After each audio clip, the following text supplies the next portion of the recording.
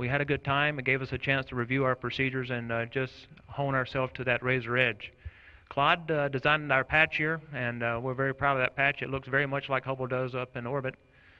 Launch morning, one of the first things we have to do is get in those orange pumpkin suits. You can tell Scott's pretty nervous being the rookie here. But everybody's pretty excited. We've been in quarantine, like I said, a few more days, and Steve's ready to go. And Billy Bob, you know, he's pretty tense, and he's thinking about that Canadian arm to fly it around. John's ready. What we're doing here is actually doing some pressure checks on the suit, make sure the integrity of the suit. Mike's ready to go, and he's never without a loss of words. And good old Claude, and obviously he couldn't be here with us tonight. Well, we left the quarantine facility on the way out to the pad. Notice the sun's out, the weather's good, and we're ready to go. The folks at USA and Mission Control had checked out Discovery, and it's in perfect condition, so we're ready. Here we are exiting on the 195-foot level of the launch pad prior to manning up. Another beautiful view of Discovery. Here's Kurt strapping into the vehicle. As you can see, we are in the vertical, and that's easy to tell here. Here's myself getting ready to go in the orbiter in what's called the white room. And Jean-Francois getting into his seat. John Grunsfeld's to his right. Another beautiful night view. Obviously, we manned up during the day. Here is 2 minutes prior to launch. You can see the beanie cap coming off the top of the external tank. About 6 seconds prior to liftoff, the main engines light, and when the computers check them out and see that everything's okay, the solid rocket motors are ignited. Here's the view inside the cockpit at SRB ignition, and you can see a lot of shaking going on. Looks a little bit slow coming off the pad, but there's nothing slow about it. The things that come to my mind are power and speed. Here's a beautiful view of the orbiter. You can see here it gets pretty hot down at the bottom of the external tank, but the insulation does a really good job. About 2 minutes after liftoff, the solid rocket motors come off. Here's obviously an external view. And the next view is from inside the cockpit, and you can see it's very, very bright. It's the first time I looked out the window during the ascent. It really got my attention. Here's the view from the other solid rocket motor. Certainly a spectacular view, but not something we could see from the cockpit. Once the solids come off, it takes about another 6 minutes to get into orbit. Here we are at 0G. I didn't believe it, so Kurt had to tell me. And once we get into space, we have to convert our rocket ship into a spaceship. One of the first things we do is open the payload bay doors. Here's some jet firings, and you can see the ice that followed us into space from the cold cryogenic propellants. The second day on orbit is dedicated to checking out all the main equipments we'll use for rendezvous, which are the arm. You see here, that's the RMS robotic manipulator system, Canadian-built robotic arm. And you see the snare that will be used to grapple the telescope. And here Steve is checking out the suits with the other EVA crew members before going EVA 2 days after. Well, the most important event of this whole flight was the rendezvous, obviously, because without the rendezvous we couldn't do the EVAs. Anyway, that's from a pilot standpoint. So we started a rendezvous from the ground, actually, when we launched. We were launching into position to rendezvous with the Hubble telescope. We did a few more burns the day before the actual rendezvous, and then on rendezvous day we did a few more. And the first good glimpse we got of Hubble was beautiful. She was in a little bit different attitude than we had planned, and our trainers had trained us well to capture it. When the telescope is very stable, the arm is moving. As you can see, I use this target on top to stabilize the end effector, and the snares that you saw earlier in the movie are snaring that grapple pin, and then do a firm attachment to the telescope. The next scene is the berthing of the telescope.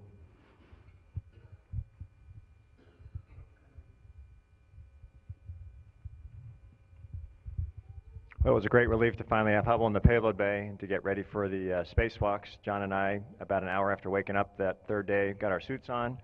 We'd end up having the suits on for about a total of 10 hours. Here we are setting up for the first EVA. You can see Hubble in the background. That's John in the foreground, getting the tools set up. Our first task, as Kurt said, was the gyroscope replacements. The aft shroud doors are open, and inside are the 3 small boxes that contain a total of 6 gyroscopes. One of the things you want to notice during the EVAs is sometimes they're occurring in the bright sunlight like this, but then you'll also see scenes that are in the very dark nighttime passes. And you can imagine going to work and having 45 minutes of light, and then 45 minutes of day, and then 45 minutes of night, and 45 minutes a day. It's a strange work environment.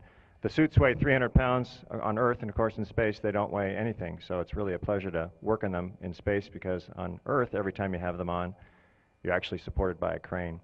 Here we are actually inside the telescope replacing the gyroscopes. Again, it's 3 small boxes. We used both power tools and manual tools. Every time we held onto a box or a tool, we had to have it tethered to ourselves so that if it came out of our hands, it didn't float away. The EVA lasted about 8 hours and 15 minutes. John and I had cross-trained to do each other's tasks in case we were called to do that, and at the end of the EVA, we actually did end up doing that. After the gyroscopes were installed, we closed the aft shroud doors and went to work on the voltage improvement kits in the front of the telescope. Here's John opening that door, and I was on the back of the telescope placing some handrail covers on some handrails that had some degraded paint on them.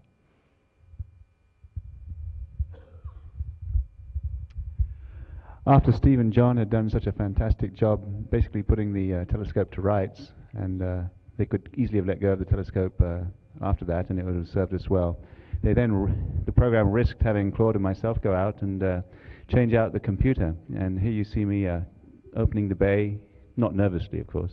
Actually I was just checking that the door stay was free. Opened up the door and pulled out the old 386 with coprocessor and installed the a 486, which is basically a pretty souped up computer that can handle all the radiation that the Hubble sees while it's in orbit at 360 miles. That took us about 2 hours, and Claude assisted me there. Here you see me installing some insulation onto the outside of that computer bay. The new computer uses a lot less heat, uses a lot less energy and produces a lot less heat, and as a result the computer needs more insulation to keep it warm against the cold night. Having finished that task, it became Claude's job to change out the fine guidance sensor. This is like a small baby piano-sized box, weighs about 300 pounds.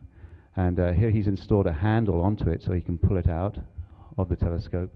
It's what's called an axial instrument, and has a mirror at the end of it that intercepts the light coming into the telescope down the axis. Once we'd extracted the box with a little difficulty in yaw, we installed it on a temporary handhold, as Kurt put it, like a gun rack on the port side of the shuttle. And then with that stored, as you can see on the right-hand side of the screen there, we pulled out a new FGS, which Claude is slowly pulling up out of the bay, straight up. And then I get on the left-hand side here and just basically pull off a mirror cover that covers the very fragile but clean mirror that's going to receive the telescope's light. And we slide it in. About this point, we had some difficulty inserting it, and it was when we had it kind of halfway in, halfway out. About that time, Claude had a carbon dioxide sensor, a false one, I should say, message, which made us wonder what we were going to do next. But luckily, we quickly ascertained that as to being a false alarm and carried on. Well, with 2 EVAs under our belt, we did get a little chance to look out the window. Here we are flying over Merritt Island and the Kennedy Space Center where we launched from. You can see the runway. Day 3, we set out to take care of some rewiring of a box that helps the fine guidance sensor do its job. These are new, improved fine guidance sensors and can not only help point the telescope, but also to do science in themselves. They're scientific instruments. So Steve and I went back to rewire the optical control electronics, and when we do these tasks high up on Hubble, we're very close to the solar rays, so it's kind of a touchy time. And Mike, as the Ivy intervehicular crew member directing the whole scene, kept reminding me, don't lean back and watch out for the solar rays. Next, we were off to Bay 5 to replace the S-band single-access transmitter. This is one of the 2 transmitters where all the science and engineering data come through. And we had a lot of very fine tasks with using just our fingers on connectors which are aptly named sub-miniature assembly connectors. And they're really tiny. They're smaller than what you have coaxial connectors on the back of the TV. And along with Goddard, we developed some special tools to be able to do that. So here you see a little torque wrench. After that, we went about the task of improving some of the thermal insulation, as Mike and Claude had done on the first day on the bays, after which another 7.5-hour EVA, close to 8 hours, we had a chance to wish everybody a Merry Christmas, since this was Christmas Eve. And unfortunately, Kurt had to, order us back in. We wanted to stay out, of course, but he doesn't have a button to reel us in, so we came in. With the EVAs complete, it was time to send the newly repaired Hubble telescope back to science and back to the scientists on the ground. It takes a lot of coordination to deploy the telescope. It takes not only all the crew members that are on the flight, but many, many people on the ground. I like this view. You can see how bright the sun is coming through the windows of the orbiter.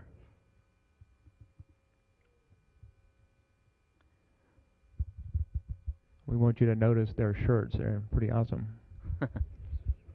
Here's Jean-Francois holding the telescope out over the payload bay. He's going to release the robot arm.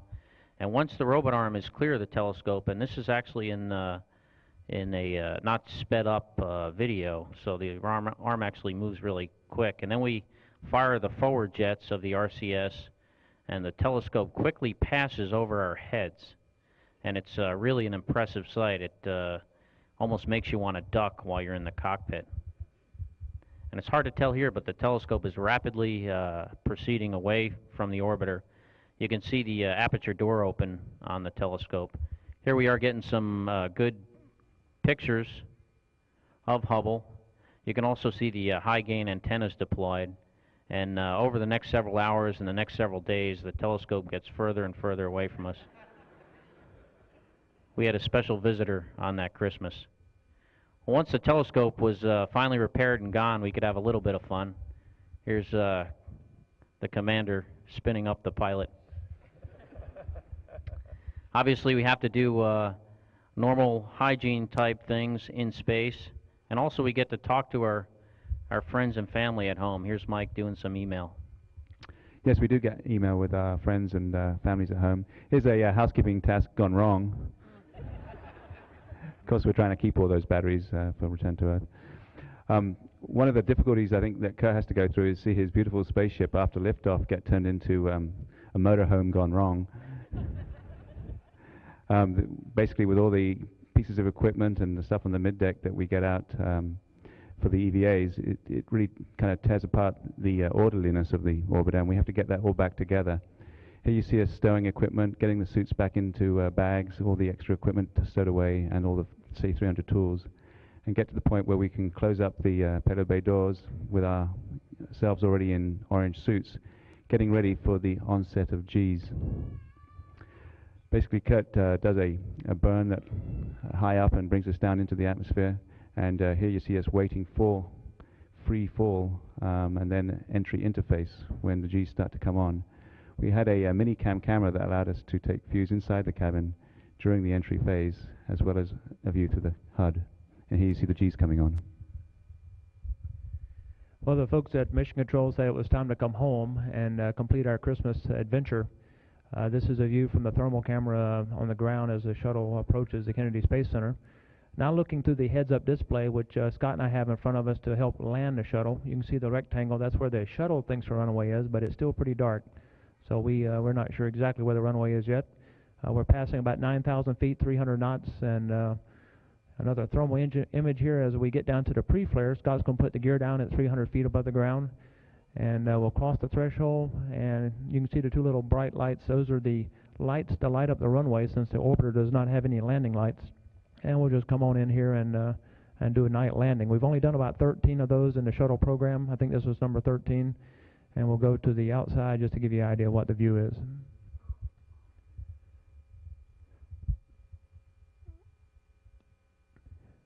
With the orbiter safely on the ground, Scott puts out the drag chute. That's helped slow us down, and also some of the derotation forces on the nose gear, and we slowly start derotating.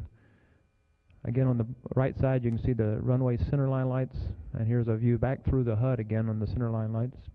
At about 60, 70 miles an hour or so, Scott jettisons the chute. We roll to a stop. The orbiter has been absolutely perfect on the mission.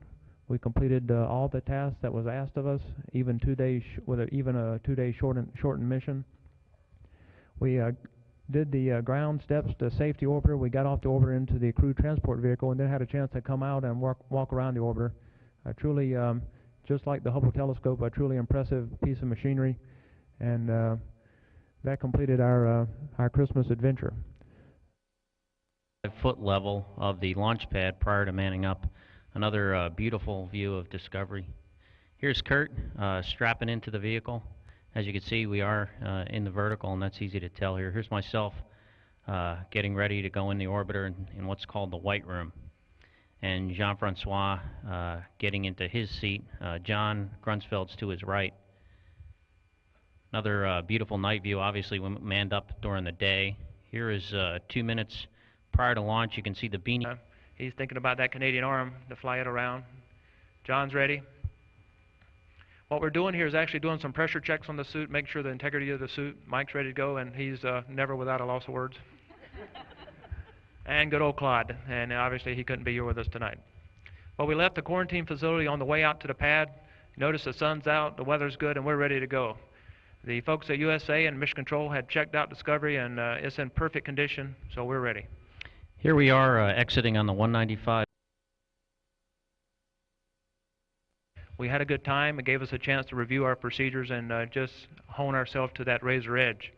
Claude designed our patch here, and we're very proud of that patch. It looks very much like Hubble does up in orbit. Launch morning, one of the first things we have to do is get in those orange pumpkin suits. You can tell Scott's pretty nervous being the rookie here. But everybody's pretty excited. We've been in quarantine, like I said, a few more days, and Steve's ready to go.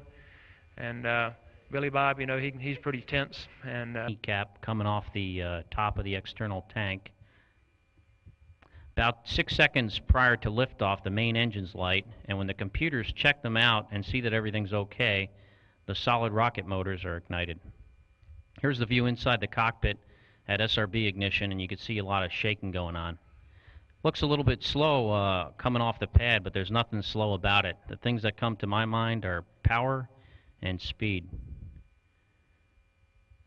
Here's a beautiful view of the orbiter. You can see here it gets pretty hot down at the bottom of the external tank, but the insulation does a really good job. About 2 minutes after liftoff, the solid rocket motors come off. Here's obviously an external view, and the next view is from inside the cockpit, and you can see it's very, very bright. It's the first time I looked out the window during the ascent. It really got my attention. Here's the view from the other solid rocket motor.